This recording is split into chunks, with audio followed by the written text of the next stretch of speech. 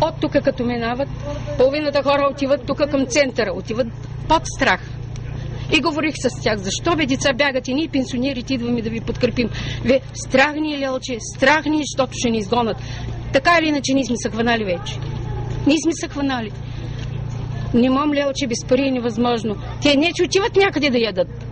Те отиват просто времето да мине и телата им малко да се успокоят. Иначе те отиват с притеснение и с притеснение се връщат.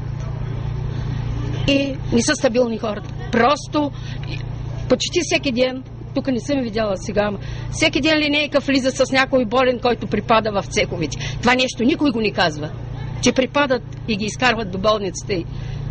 Болни падат така от глад, кой няма пари да си вземе тежко му. Има много хора вече, които са на свещи, защото нямат пари. Ами, да свършат и стотинките за свещи, какво да правят тогава? Обаче никакви съкращения не трябва да има. Този завод работа има. Това е най-печелившия бизнес. Не знам как го правят, да е на загуба. Как го правят хората да бъде на загуба най-печелившия бизнес? 20 години се разграбва и унищожава заводът. Всеки идва... Не помня какво имам да взимам, какво са ми дали изобщо.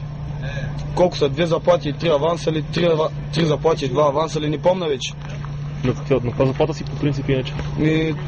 На 370 няколко, обаче аз като съм нов работник и не мога да взема 300 лея с аванса. Аванс заплата 300 лея горе-долу. И как се оправиш? Как?